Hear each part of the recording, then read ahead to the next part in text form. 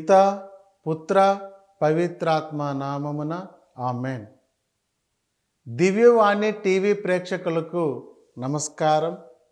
దివ్యవాక్కు అనే కార్యక్రమానికి స్వాగతం. ఈనాటి మన ధ్యానాంశం క్షమాపణ. క్షమించడం వల్ల కలిగే లాభాలేంటో, క్షమించకపోవడం వల్ల జరిగే అనర్థాలేంటో ఈనాడు మనం ధ్యానించుదాం.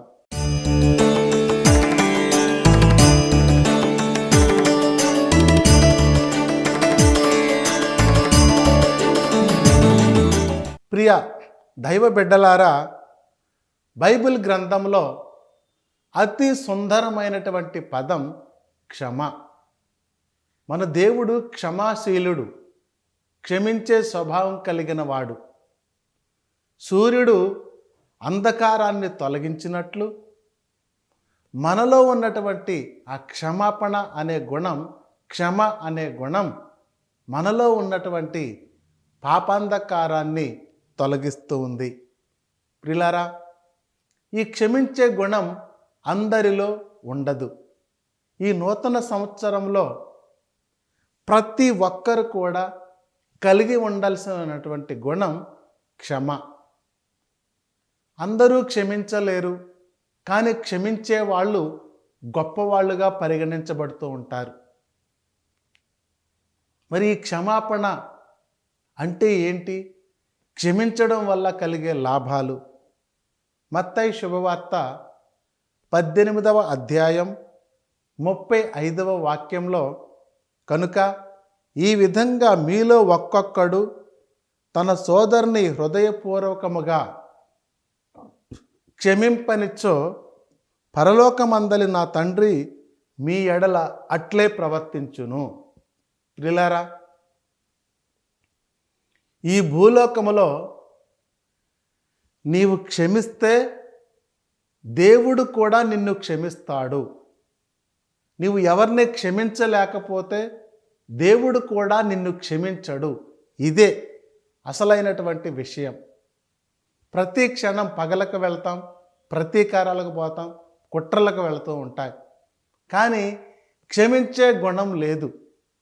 తొందరపాటుతనం, ప్రతీకారాలు తీర్చుకుంటూ ఉంటాం, పగలకు వెళుతూ ఉంటాం, కానీ క్షమించే గుణం లేదు.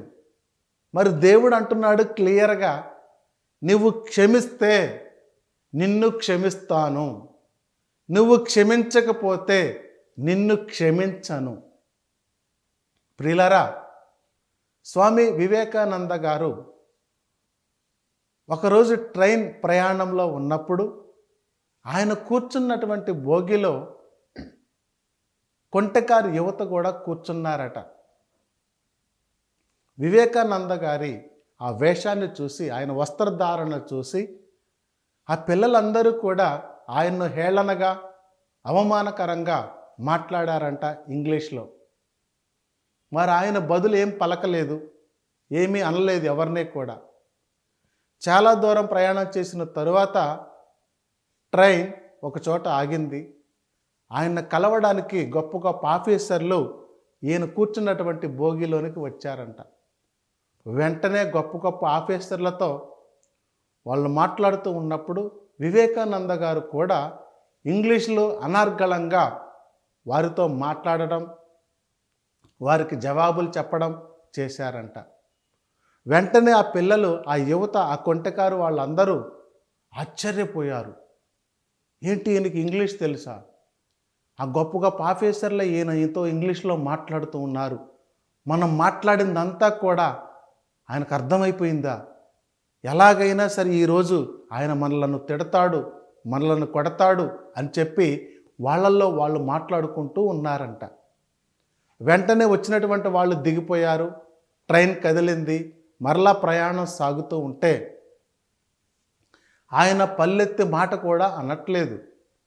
ఉండబట్టలేక ఒక అబ్బాయి ఆయన దగ్గరకు వెళ్ళి, అయ్యా, ఇంగ్లీష్ భాషలో మేము మిమ్మలను అనరాని మాటలు అన్నావు, మీరు మమ్మల్ని ఎందుకని ఒక్క మాట కూడా బదులు చెప్పలేదు,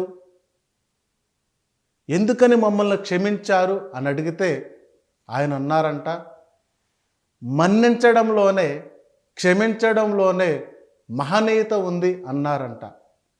వెంటనే ఆ పిల్లవాడు ఇంకొక మాట అడిగారంట, అయ్యా ఇంత గొప్ప గుణం, క్షమించే గుణం మీకు ఎలా వచ్చింది అంటే ఆయన అన్నారంట, నేను బైబిల్ని చదివాను అన్నారంట. ప్రియులారా, బైబిల్ చదువుతున్నటువంటి వ్యక్తికి, ప్రార్థన చేసుకునే వ్యక్తికి, ఆ దేవుణ్ణి నమ్ముకున్నటువంటి వ్యక్తికి మొట్టమొదటిగా ఉండవలసినటువంటి గుణం క్షమించే గుణం, క్షమ. ఈనాడు మనలో ఇది లేదు. ఏ వ్యక్తిని చూసినా మండుతూ ఉన్నారు, కోప్పడుతూ ఉన్నారు, హత్యలకు పోతున్నారు, కొట్లాట్లకు పోతున్నారు, హింసలకు పోతూ ఉన్నారు. కానీ దైవగుణం క్షమించే గుణం. శాంతి రాజ్య స్థాపనకై, శాంతి సమాధానాలు ఇవ్వడానికై ఆయన వచ్చాడు. ఈ లోకాన్ని రక్షించడానికే వచ్చాడు, అంతే తప్ప పగలు ప్రతీకారాలకు పోవడానికి కాదు. ప్రియులారా, ఆయన క్లియర్గా దేవుడు మాట్లాడుతూ ఉన్నాడు, నువ్వు క్షమిస్తే నిన్ను క్షమిస్తా, నువ్వు క్షమించకపోతే నిన్ను క్షమించను. ప్రియులారా, 1981 సంవత్సరం మే నెల 13వ తారీఖున 2వ జాన్ పాల్ పోపు గారిని ఒక వ్యక్తి కాల్చేశాడంట. కాల్చినప్పుడు ఆ బుల్లెట్టు చేతిలో తగిలి రక్తం మడుగులో ఈ పోపు గారు పడిపోయి ఉంటే, ఆ మత్తులో పడిపోయి ఉంటే, స్పృహ కోల్పోయి ఉంటే, కొద్దిసేపటి వరకు ఆయన హాస్పిటల్కి తీసుకువెళుతూ ఉంటే, కొద్దిసేపటి తర్వాత ఆయన స్పృహలోనికి వచ్చి, ఆ కాల్చినటువంటి వ్యక్తిని విడిచిపెట్టండి, ఆయన నేను క్షమిస్తున్నాను అని చెప్పారంట. వెంటనే ఈ కాల్చినటువంటి వ్యక్తి ఆయన మారు మనసు పొంది ఆయన కాళ్ళపై పడి నన్ను క్షమించండి అని అడిగాడంట. పిల్లారా, చూసారా, అది దైవగుణం. ఒక వ్యక్తిని మనం మన్నించినప్పుడు ఆ ఎదుటి వారిలో ఎంత మార్పైనా తీసుకురాగలం. దేవుడు క్షమించమన్నాడు, దేవుడు మనలను క్షమిస్తూ ఉన్నాడు. మనం మన తోటి వారిని క్షమించాలి. ఈనాడు వీళ్ళ మీద వాళ్ళు, వాళ్ళ మీద వీళ్ళు, ఉన్నది లేనిది చెప్పుకుంటూ మాట్లాడుతూ, ఎవరు చేస్తున్నటువంటి పనులు వాళ్ళు చెడగొడుతూ, ఇదిగో సునకానందాన్ని పొందుతూ ఉన్నారు. అది మంచిది కాదు ప్రియులారా. నువ్వు మాట్లాడే ప్రతి మాటకి లెక్క ఉంది. నువ్వు ఏ కొలతతో కొలుస్తావో అదే కొలతతో కొలవబడతావు. దేవుడు మాట్లాడుతూ ఉన్నాడు. కాబట్టి నీలో దేవుడు అంటూ ఉన్నాడు, క్షమించే గుణం ఉండాలి, క్షమాగుణం ఉండాలి. అవును ప్రియులారా, మార్కు శుభవార్త 11వ అధ్యాయం 25వ వాక్యంలో, నీవు ప్రార్థించినప్పుడు నీ సోదరునిపై నీకు ఏదైనా మనస్పర్ధ ఉంటే క్షమించు అంటున్నాడు. అవును ప్రియులారా, మనం అందరం కూడా గుడికి వెళుతూ ఉంటాం, ప్రార్థనలు చేస్తూ ఉంటాం, పూజా బలులో పాలు పంచుకుంటూ ఉంటాం, కానుకలు అర్పిస్తూ ఉంటాం. మరి నీ కానుకను దేవుడు మెచ్చుకోవాలంటే ఆ బలిపీఠం దగ్గరే విడిచిపెట్టి నీ సోదరునిపై ఏదైనా మనస్పర్ధ ఉంటే మన్నించమని సఖ్యపడి తిరిగిరా. అప్పుడే నీ కానుకను దేవుడు మెచ్చుకుంటాడు. లేకపోతే త్రీసివేస్తాడు, తోసిపుచ్చుతాడు. దివ్యబలి పూజలో కూడా ఇదిగో ఆ ప్రభువిచ్చే శాంతి సమాధానం ఒకరికొకరు తెలుపుకుందాం అని చెప్పినప్పుడు, మరి ఇటువైపు చూస్తే వీరిని క్షమించలేవు, అటువైపు చూస్తే వారిని క్షమించలేవు, వెనుకకు తిరిగితే వారిని క్షమించలేవు. కానీ పూజా బలిలో వచ్చి ఆ సత్ప్రసాదాన్ని తీసుకున్నప్పుడు, ఆ ప్రభు శరీరాన్ని తీసుకున్నప్పుడు, ప్రభు రక్తాన్ని తాగినప్పుడు నీలో ఎలాంటి మార్పు రానే రాదు ప్రియులారా. నిజంగా మనస్ఫూర్తిగా క్షమించి సఖ్యపడి ఆయన దగ్గరకు వస్తే, ఆ పూజా బలిలో పాలు పంచుకుంటే అప్పుడు దానికి అర్థం, అప్పుడు దేవుడు నీకు ఏదైతే స్వీకరిస్తున్నావో అది ప్రభువే స్వయంగా నీ హృదయంలోనికి వస్తాడు. అంతే తప్ప మనసులో పగలో ప్రతీకారాలు పెట్టుకొని నామకే వాస్తుగా మనం క్షమిస్తూ పోతే, సమాధానాలు చెప్తూ పోతే దానివలన ఏ ప్రయోజనం లేనే లేదు. అవును ప్రియులారా, అందరూ కూడా కోప స్వభావం, కోపతాపాలతో నిండిపోయి ఉన్నాం. క్షమించే గుణం ఏ ఒక్కరిలో లేదు. ఒక మాట అంటే 10 మాటలు అంటావు. ఆయన ఏమంటున్నాడు? కుడి చెంపపై కొడితే ఎడమ చెంప కూడా చూపించమని. అప్పుడే దైవ కార్యాలు సాధ్యమవుతాయి.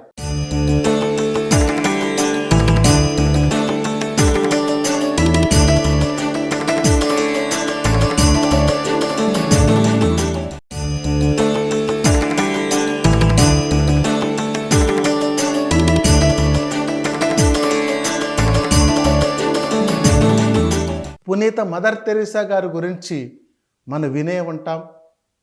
మరి ఆ తల్లి ఎంతోమంది అనాథలను, వృద్ధులను చేరదీసి, కుష్ఠవ్యాధి వచ్చిన వాళ్ళని చేరదీసి పోషిస్తూ ఉంటే, మరి ఆమె ఒక చోటకు వెళ్ళి ఒక వ్యాపారస్తుని దగ్గరకు వెళ్ళి, అయ్యా, నా దగ్గర పిల్లలున్నారు, అనాథలున్నారు, వారికి ఏదైనా ఇవ్వండి అని అడిగితే, ఆ కుడి చేయి చాపితే ఆ వ్యక్తి అంట ఆమె చేతిలో ఊశాడంట, ఉమ్మి ఊశాడంట.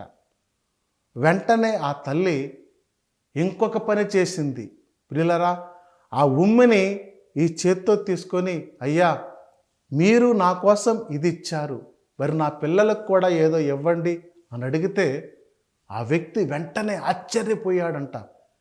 నేనేమని ఇంత అవమానపరిచానే, పల్లెత్తి మాట కూడా అనకుండా దాన్ని పాజిటివ్గా తీసుకొని మరలా నా పిల్లలకి ఏదైనా ఇవ్వవా అని అడుగుతూ ఉందే. ఆ టైంలోనే, ఆ క్షణంలోనే ఆ వ్యక్తి మారిపోయాడంట. అమ్మా, నీ దగ్గరకు వస్తాను, మీ ఆశ్రమాన్ని చూస్తాను, మీ పిల్లలకు ఏది కావాలో అది నేనే స్వయంగా సమకూరుస్తానని చెప్పి ఆమెకు మాట ఇచ్చాడంట. ప్రియులారా, చూసారా? ఆ క్షమించే గుణం, తొందరపాటు గుణం లేకుండా క్షమించే గుణం మనలో ఉన్నప్పుడు అది మన జీవితంలో అద్భుతమైనటువంటి ఫలితాలను తీసుకొని వస్తుంది. కానీ కొట్టిన వారిని కొట్టినప్పుడు, తిట్టిన వారిని తిట్టినప్పుడు పిల్లరా, మన జీవితం నాశనం అయిపోతూ ఉంది. రోగాలన్నీ వస్తూ ఉన్నాయి. బీపీలు, షుగర్లు వచ్చే కారణం కూడా ఇదే. మనలో కోపతాపాలు ఎక్కువైపోతూ ఉన్నాయి, బీపీ ఎక్కువైపోతుంది, సరైనటువంటి నిద్ర లేదు, ఎన్ని టాబ్లెట్లు వేసుకున్నా మన రోగాలు పోవట్లేదు. కారణం మనలో ఈ క్షమాగుణం లేకపోవడం వలనే. మరి ఆనాడు యేసు ప్రభు లోకా శుభవార్త 23వ అధ్యాయం 34వ వాక్యంలో, శిలువపై యేసు, తండ్రి, వీరు చేయను దేవు వీరెరుగరు, వీరిని క్షమించమన్నాడు. చూసారా ప్రియులారా? ఆ యేసు ప్రభువును కొట్టి, అవమానపరిచి, గాయపరిచి ఆ శిలువ వేస్తే, బళ్ళెముతో పొలిస్తే, ఆ బళ్ళెముతో పొడిచినటువంటి వ్యక్తులను దేవునికి సమర్పించి, అయ్యా, వీరేం చేస్తున్నారో వీరెరుగరు, వీరిని క్షమించండి అని పలికినటువంటి క్రీస్తుని ఒక్కసారి మనం జ్ఞాపకం చేసుకుందామా? అవును ప్రియులారా, అంత గుణం మన జీవితంలో రావాలి, అంత ఆలోచన మన జీవితంలో రావాలి. అందుకనే బైబిల్ గ్రంథంలో అతి సుందరమైనటువంటి, అతి అందమైనటువంటి పదం ఏదైనా ఉంది అంటే అది క్షమ. మనం కూడా ఈ గుణం ఉండాలి, క్షమించే తత్వం ఉండాలి. ఆ వ్యక్తిలో, ఏ వ్యక్తిలో ఈ గుణం ఉంటుందో వాళ్ళు తప్పకుండా గొప్పవాళ్ళు అవుతారు, తప్పకుండా తమ జీవితంలో ఉన్నత శిఖరాలు అధిరోహిస్తారు. ప్రియులారా, మనందరికీ తెలుసు, గంధం చెట్లు, మంచి గంధం చెట్లు తనను నరుకుతున్నటువంటి గొడ్డలికి కూడా సువాసన అందిస్తూ ఉంది అంట. అవును ప్రియులారా, ఆ గొడ్డలితో చెట్టును నరుకుతున్నప్పుడు ఆ గొడ్డలికి కూడా సువాసన వెదజల్లే ఒక గంధం చెట్టు మన జీవితంలో కూడా వెలుగుతూ ఉన్నటువంటి క్రొవ్వొత్తి తను కరిగిపోతూ తోటివారికి వెలుగును అందిస్తూ ఉంది. క్రైస్తవ జీవితం కూడా ఇదే. దేవుణ్ణి నమ్ముకున్నటువంటి బిడ్డలు కూడా ఇలాగే ఉండాలి. మనం నష్టపోయినా మన ద్వారా ఏ ఒక్కళ్ళకి ఇబ్బంది రాకూడదు. మనం తినకపోయినా నీ ద్వారా ఏ ఒక్కళ్ళు తినకుండా ఉండకూడదు. చేతనైతే సహాయం చేద్దాం, వీలైతే సహాయం చేద్దాం, అంతే తప్ప పగలో ప్రతీకారాలకు వెళ్ళొద్దు, కొట్లాటకు వెళ్ళొద్దు, స్వార్థానికి వెళ్ళొద్దు. దేవుడు కోరుకునేటువంటి సంగతి ఇదే.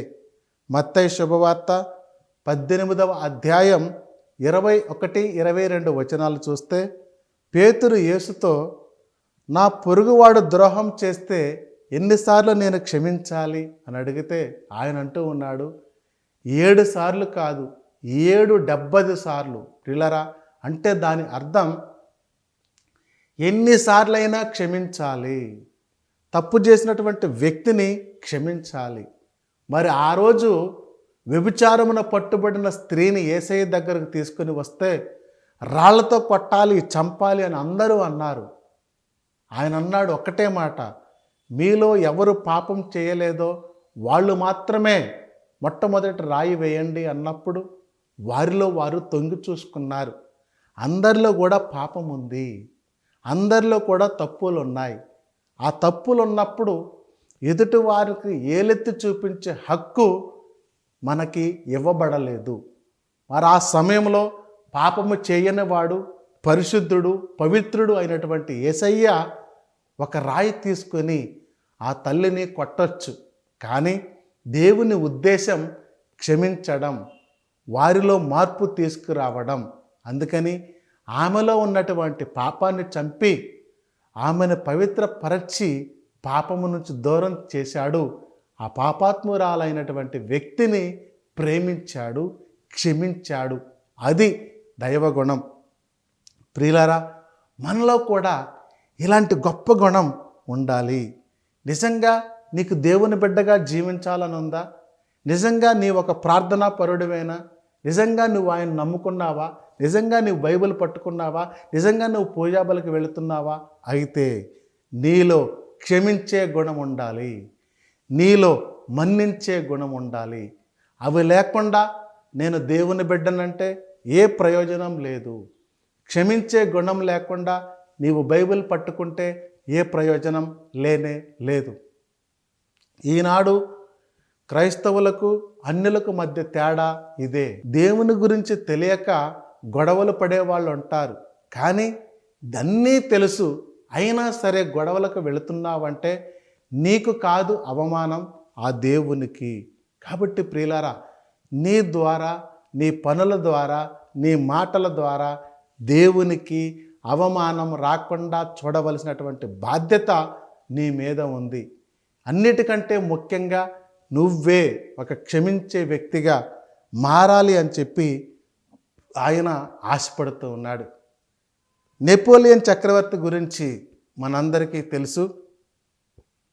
ఫ్రాన్స్లో ఒకసారి ఒక జైలు దగ్గరకు వెళ్ళాడు. అక్కడ ఉన్నటువంటి ఖైదీలతో మాట్లాడుతూ ఉంటే వాళ్ళందరినీ అడుగుతూ ఉన్నారంట, మీరు ఏ తప్పు చేసి ఇక్కడికి వచ్చారంటే అందరూ అంటున్నారంట, మేమేమీ తప్పు చేయలేదయ్యా, అన్యాయంగా మమ్మల్ని జైల్లో పడేశారు, అన్యాయంగా మేము శిక్ష అనుభవిస్తున్నాం అని అక్కడ ఉన్న వాళ్ళందరూ కూడా పలుకుతూ ఉన్నారంట. కానీ ఒక వ్యక్తి వచ్చి, ఒక ఖైదీ వచ్చి, అయ్యా నేను ఆ తప్పు చేశాను, ఇప్పటికీ పశ్చాత్తాపడుతున్నాను, ఇప్పటికీ బాధపడుతున్నాను, నిజంగానే నేను ఆ తప్పు చేశానయ్యా, ఈ శిక్ష అనుభవించడం నాకు కరెక్టే అని చెప్పి యథార్థంగా మాట్లాడాడంట. వెంటనే ఆ నెపోలియన్ చక్రవర్తి అంటే ఆ దొంగను, ఆ వ్యక్తిని విడిచిపెట్టాడంట, క్షమించి విడిచిపెట్టాడంట. చూశారా ప్రియరా? అక్కడ ఉన్న వాళ్ళందరూ కూడా అబద్ధం ఆడుతూ ఉన్నారు, తప్పులు చేసే వచ్చారు, గొడవలు చేసే వచ్చారు, శిక్ష అనుభవిస్తున్నారు. కానీ పైకి మాత్రం మేము ఏ తప్పు చేయలేదని బొకాయిస్తూ ఉన్నారు. కానీ ఒక దొంగ మాత్రం, అయ్యా నేను దొంగతనం చేశా, నేను తప్పు చేశా అని చెప్పినప్పుడు ఆయనను క్షమించి ఇక నుంచి ఏ తప్పు చేయొద్దు, మంచిగా జీవించు అని చెప్పి వెంటనే ఆయనను విడుదల చేశారంట. అవును ప్రియులారా, మనం కూడా దేవుడు మనలను ఏ విధంగా క్షమిస్తూ ఉన్నాడో మనం కూడా మన తోటి వారిని అదే విధంగా క్షమించగలగాలి. కనీసం శత్రువునైనా సరే క్షమించే గుణం దైవగుణం. యోహాను శుభవార్త 20వ అధ్యాయం 23వ వాక్యంలో, ఎవరి పాపములైనను మీరు క్షమించిన ఎడల అవి క్షమించబడును అని దేవుడు గురువులకు అధికారం ఇచ్చాడు. దేవుని నమ్ముకున్న మనందరికీ కూడా క్షమించే అధికారం ఇచ్చాడు. క్షమాపణ, క్షమించాలి, క్షమ. అందుకనే ప్రియులారా, నిజంగా దేవుడు కూడా కీర్తనల గ్రంథం 32:1 ప్రభు ఎవరి పాపాలను మన్నిస్తాడో ఆ వ్యక్తి ధన్యుడు. నువ్వు క్షమిస్తే దేవుడు నిన్ను క్షమిస్తాడు. అయితే నిన్ను దేవుడు ఏమంటున్నాడు తెలుసా? ధన్యుడు అంటున్నాడు. కాబట్టి ప్రియులారా, తోటి వారిని మనం క్షమించాలి, తోటి వారిని మనం మన్నించాలి. అప్పుడే దేవుడు నిన్ను క్షమిస్తాడు, నిన్ను మన్నిస్తాడు. దాని ఫలితంగా ఎన్నో ఆశ్చర్య కార్యాలు నీ జీవితంలో జరిగిస్తాడు. ప్రార్థన చేసుకుందామా? ప్రేమ కలిగిన మా సర్వేశ్వర, కరుణగల తండ్రి, క్షమించే దేవా, ఈనాడు మా జీవితంలో తండ్రి ఈ క్షమించే గుణం లేకనే మా జీవితాలన్నీ కూడా పాడైపోయాయి. దేవునికి దూరమైపోతూ ఉన్నాం. గుడికి వెళుతున్నాం, ప్రార్థనకు వెళుతున్నాం, కానీ ఏ ఒక్కరు ఏ మాట అన్నా కూడా తట్టుకోలేని పరిస్థితుల్లో ఉన్నాం. ప్రభువా, మా ఆలోచన బాగలేదు. మీరు మమ్మలను క్షమిస్తూ ఉన్నారు, కానీ మేము తోటి వారిని క్షమించలేకపోతున్నాం. బలహీనతల్లో పడిపోతూ ఉన్నాం. ప్రభువా, ఈ యొక్క గుణం నుంచి మమ్మల్ని తీసివేసి మా అందరినీ కూడా ప్రభువా క్షమించే గుణాన్ని దయచేయండి. ముఖ్యంగా దివ్యవాణి టీవీ ప్రేక్షకులను, యాజమాన్యాన్ని, గురువులను, బిషప్ గారులు అందరినీ కూడా ప్రభువా మీకు సమర్పిస్తున్నాం. ప్రభువా దీవించండి, ఆశీర్వదించండి. ప్రభువా వెనకబడిన వారందరినీ కూడా ప్రభువా లేవనెత్తండి. అన్యాయంలో ఉన్న వారందరినీ కూడా విడిపించండి తండ్రి. ప్రభువా ముఖ్యంగా మన్నించే గుణం మాకు దయచేయండి, క్షమించే గుణాన్ని మాకు దయచేయమని మా ప్రభువు, మా రక్షకుడైన యేసు క్రీస్తు అతి శ్రేష్టమైన నామములో ప్రార్థన చేస్తూ ఉన్నాం తండ్రి. ఆమెన్. పిత, పుత్ర, పవిత్రాత్మ నామమున ఆమెన్.